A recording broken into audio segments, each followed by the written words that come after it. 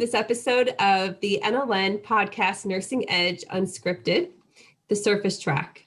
Unscripted Conversation Surface joins two adventurous nurse educators, Dr. Rachel Nello and Dr. Michelle Moulton, myself, as we reach beyond the surface to uncover stories from the trenches of education that feature the challenges and vulnerable moments that occur right at the edge of innovation. Our conversations will unpack how to transcend these challenges and reveal ways to grow and thrive within the context of the NLN core values. This episode is entitled Defining Moments in Teaching. And we will focus on the teaching experiences and leadership of Dr. Shannon Idzik, who is an associate professor and associate dean of the Doctor of Nursing Practice program at the University of Maryland School of Nursing in Baltimore, Maryland. Dr. Idzik has over 15 years of teaching experience in advanced practice nursing programs and specialty areas, and almost equally as much in leadership. In addition to exploring Shannon's rich teaching experience, we also plan to explore a book recommendation by Shannon called The Power of Moments by Chip and Dan Heath. So welcome, Shannon, and thank you for joining us. Thank you so much, Michelle and Rachel. It's great to have you here. I really would like to just dive in first to this book of The Power of Moments. For our listeners and our watchers who aren't familiar with the book, it really encapsulates this big theme of being able to recognize and invest in these flagship moments, right? Creating peaks, flipping pits, recognizing transitions. And, what really struck me is that this book transcends all aspects of life, from personal to professional, from business to healthcare. And as I read it, it just kept resonating about the application to teaching and education. And so I'm curious, Shannon, to hear how this book landed with you and how it resonates with you. Yeah, Rachel, it's when you think about how you come upon things in life, it's always often not a circuitous path, right? My sister is a teacher in a Title I school, so a low-income school. And, we learn so much from the people we respect. I think that should be a key for us really in nursing education. But what I can tell you is that K through 12 educators think very differently than most university educators. And what I can say is that we have a lot to learn from them. Her focus is she's a teacher specialist, and she focuses on school improvement and leads various initiatives like positive behavioral reinforcement, like how do you get kids to behave in a way that you want them to. And she referred me to this book a few years ago. I can't remember what the conversation that sent us that way, but after I read it, I spent a lot of time thinking about the defining moments, or what they called in the book, the defining moments, the ones that kind of endure in your life, in both my professional and personal life. And they all fit so perfectly into this book that I've really kind of taken it in as a book that guides my life a bit. And, they talk about defining moments as really moments that have some aspect of elevation, pride, insight, or connection. And, when I think back about nursing school and my career, I have some really clear defining moments. And for me, I'm really pretty fortunate that most of them are positive, right? Most of them I remember so vividly. I can see myself standing in the line, the uniform check line. I'm going to date myself. When I went to nursing school, we had to get checked to make sure our uniform was perfect. We had to come in and get it, literally have a uniform check off to make sure our uniform was 100% white. It was clean, neat, and pressed. And I remember getting that okay from the hardest faculty at the school. And it was, it was like it was kind of like a moment of pride that I had made that accomplishment. And it's silly, right? It's a silly thing. But I still remember that. I remember my pinning ceremony. I remember the very first time I did CPR. And as we talk more about this, I think you'll kind of be able to bring some of this back. But I remember that nurse in the emergency room at York Hospital saying to me, she said, hey, have you ever done CPR? And I was like, oh, no, no, I've never done CPR. She said, well, today's your day. You can do this and I'll be right here to make sure you do it right. When you really think about the moments that create your own personal vision for the future, some of the people in your life are just really critical. And I think why it's maybe so important in nursing education, in my mind, is that we hear a lot about how, quote, I'm going to use this because I can't stand this saying, but nurses either young. And I think so often it's learned in academia. And so we have to figure out how to break that script. And I just think it starts with us. And we really need to kind of create those moments that are powerful for students and where they learn, because we know that you don't remember, you're not going to remember everything. But if we can create moments around the really powerful things that we want them to learn throughout their program, then we'll be successful. I love how you bring in this idea of transformation and powerful moments that are impactful, because I think a lot of times people think about this highlight reel, right? Like this peak should be a highlight reel. And the book talks so much more about what are and how are we creating and investing in these opportunities, thinking in moments, they say, to create transformational, impactful, resonating experiences for our students. And so I think that can happen in the classroom, in clinical, online, regardless of what our learning space looks like. And so I'm curious to hear your thoughts on that, on, educators listening are like, great, I get what a peak is. I want transformational learning. I want this to be impactful for my students. How do we do it, right? Like where the rubber hits the road, how do we do it? What are your thoughts on that? Right. So I think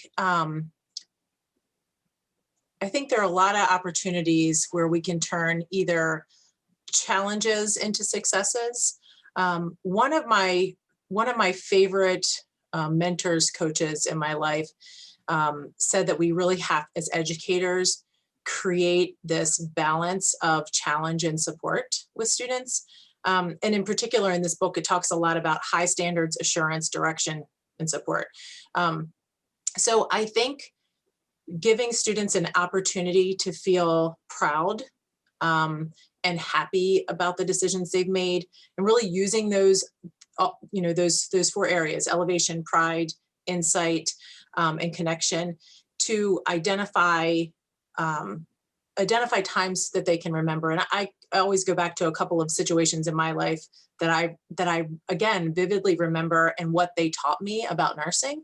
And so I think as educators, if we can kind of just try to embed those into our day-to-day activities. So one particular example, I remember the first time I had a patient die. And I wasn't with a faculty member. I was working as a nurse's aide, but this person I consider my mentor. Interestingly, she was an LPN, and I spent a lot of time with her because they would pair techs with LPNs. But I remember a patient died, and it's kind of a quirky thing, but she walked over to the room, again, dating myself. The windows opened at the hospital at that time. I don't think they open at hospitals anymore, but the window opened. She opened the window, and I was like, what are you doing? She said, I'm letting their spirit out. And I thought, maybe that's a little strange, but it gave me an opportunity to think about spirituality with patients, and how we as nurses, to kind of think about our own spirituality and what we find important, and how you can kind of make that relationship. And then we had like a further conversation about spirituality and patients and families and things like that, and how important it was to her, that when the family came in, that their loved one, looked like they had the best nurse ever and had cared for them, and, all of those things. So that kind of like awkward moment of my first patient dying became this memorable moment for me about spirituality and how important spirituality is to nursing care. So that's kind of an example.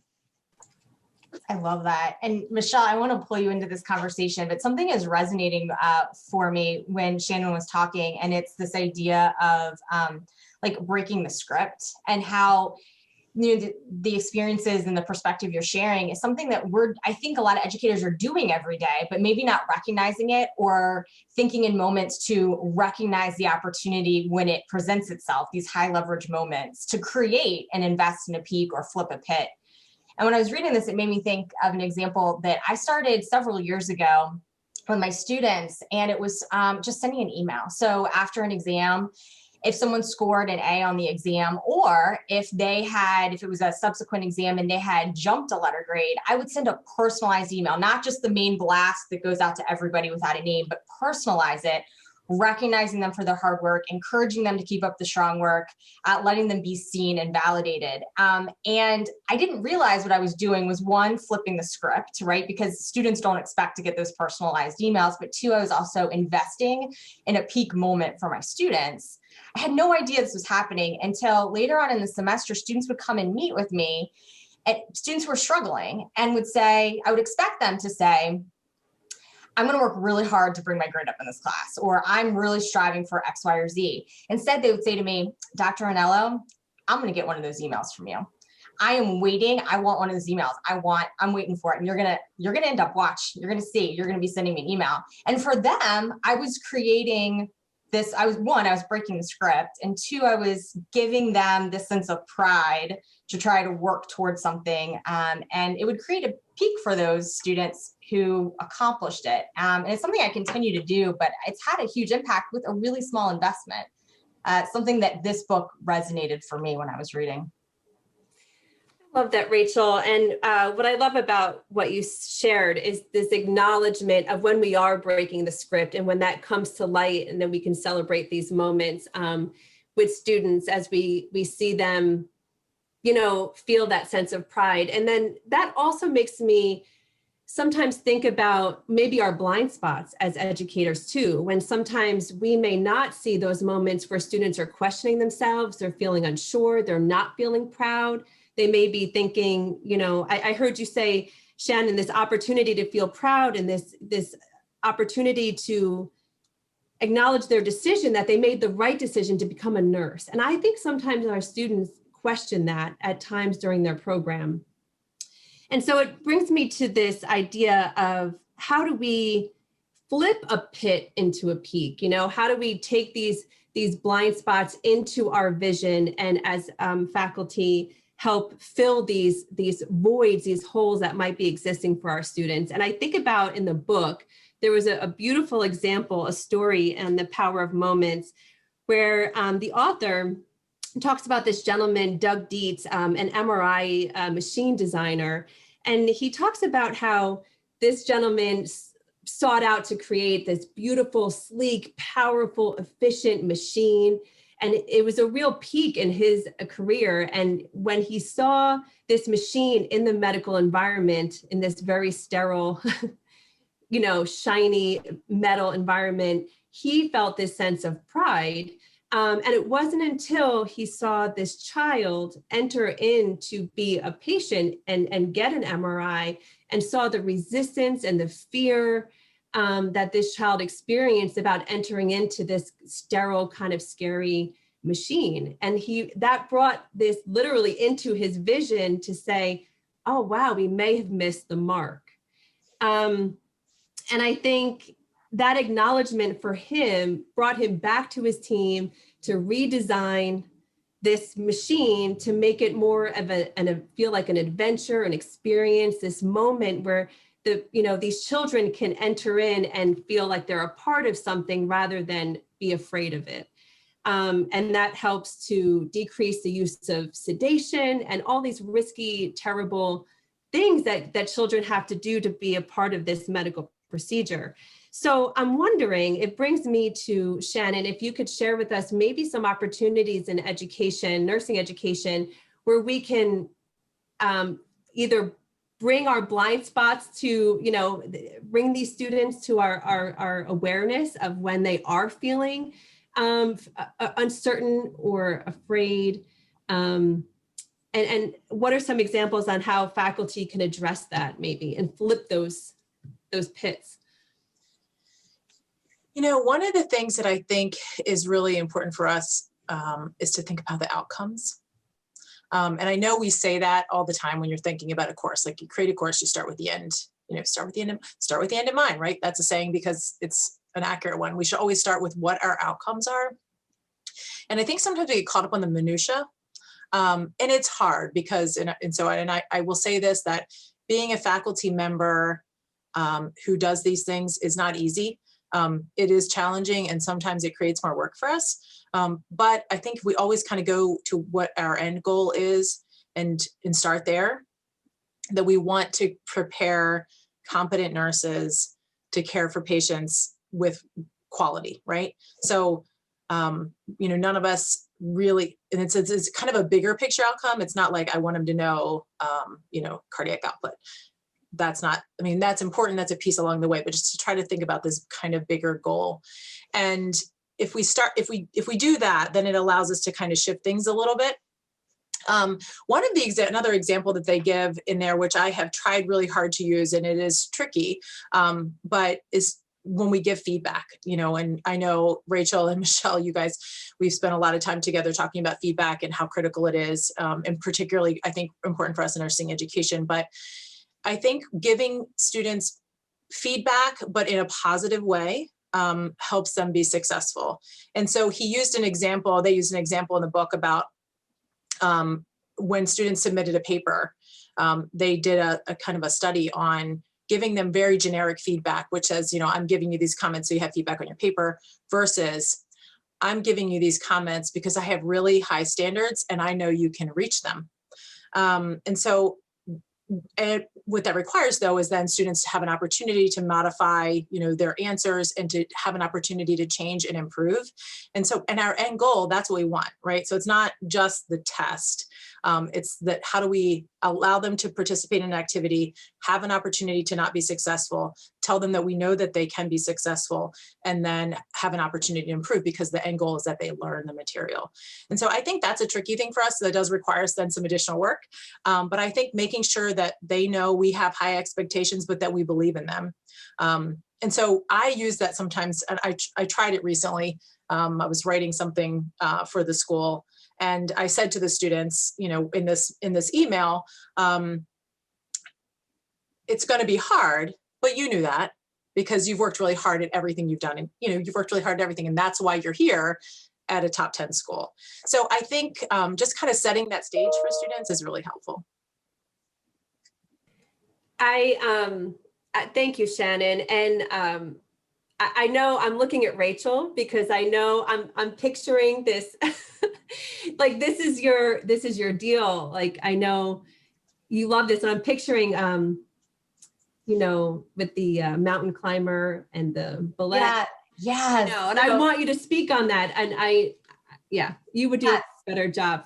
I love everything you just shared, Shannon, because I'm just hearing so much growth mindset in that. And I'm also hearing in it, how do we line our teaching practice with our teaching philosophy? So having a clear teaching philosophy that embraces this, I have high standards, but I hold you in high regard, which is a tenet of my teaching philosophy that Michelle is referring to, because I will set up every class with my students when we start a course, and I will show this picture that Michelle's referring to. It is someone on a high ropes course, and he's on belay, and he's got a helmet on, and he's got these 2 bars suspended in air, and he's trying to literally like jump the chasm from one to the other. And I explain to students how this relates to my teaching philosophy of I hold you in high regard, where I hold you to high standards. Like, you're going to have to do the work of moving yourself from point A to point B, like this person on belay is. But notice, you got a harness on. We've got all these people on belay around you, which is the faculty and the resources to set you up for success. You just have to lean into the work of learning. Right. And so I love what you articulated there, because that embraces that idea of, it's hard, but we can do hard things. And here are the resources that you can use to set you up for success. You got to come to the table and eat, right? It's not that spoon feeding, which is something else that we talk about a lot.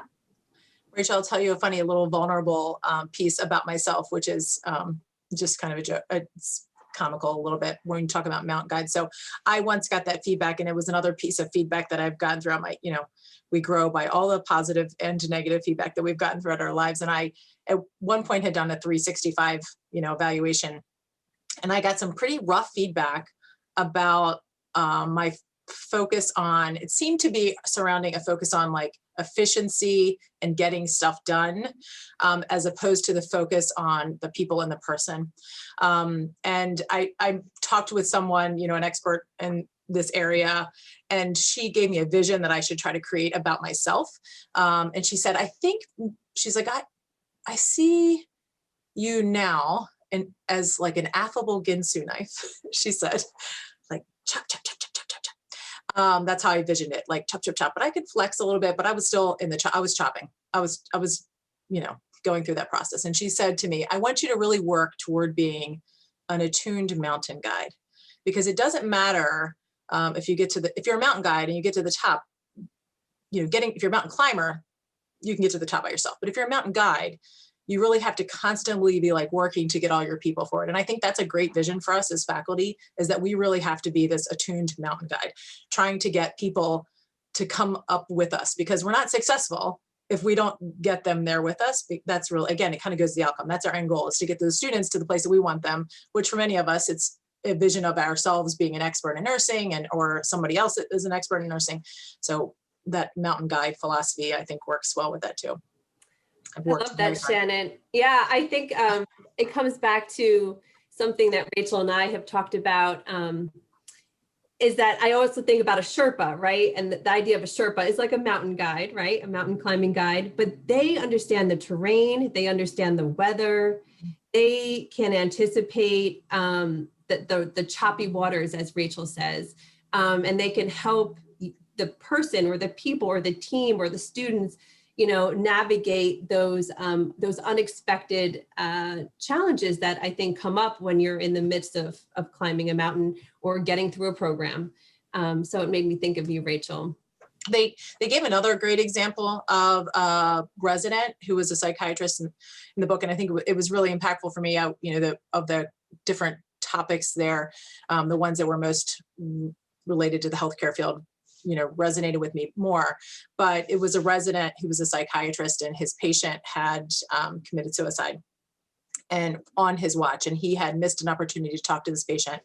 And so he went, to talk to his attending about that, the situation, and he figured he was going to get read the riot act about it. And his mentor, obviously knowing that wasn't the right thing to do, guided him and said,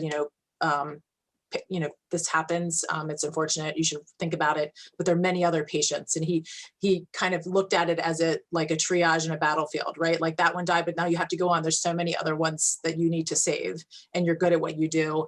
And he pushed him, and he knew that he could do it. And that was that kind of successful, that transforming, as we talked about, that pit into something successful. So our students are going to fail, and that's okay. But how do we transform that moment of like something really bad into something positive and into a moment of growth where they learn something about themselves? And even, when students aren't successful in exams, right? So having a conversation with those students specifically about, what did you learn? Like, what did you learn about yourself? I learned that I can't study at the last minute because I get anxiety. I learned that I have to do, whatever it is you have to learn. And learning something positive about yourself. Like, I learned that even if I get a bad grade, I'm dedicated to this. I'm gonna pick myself up and move on. So kind of helping them even create those scripts for themselves, and creating those kind of growth moments when bad things happen. We want to be conscious of time boundaries. This conversation could go on, and it will. We are going to pick up with more dialogue on the power of moments and insights from Dr. Shannon Idzik on our next episode. But for now, we're going to hit the pause button, and we hope you will join us next time when we pick up with the Nursing Edge Unscripted Surface podcast. Until then, be well.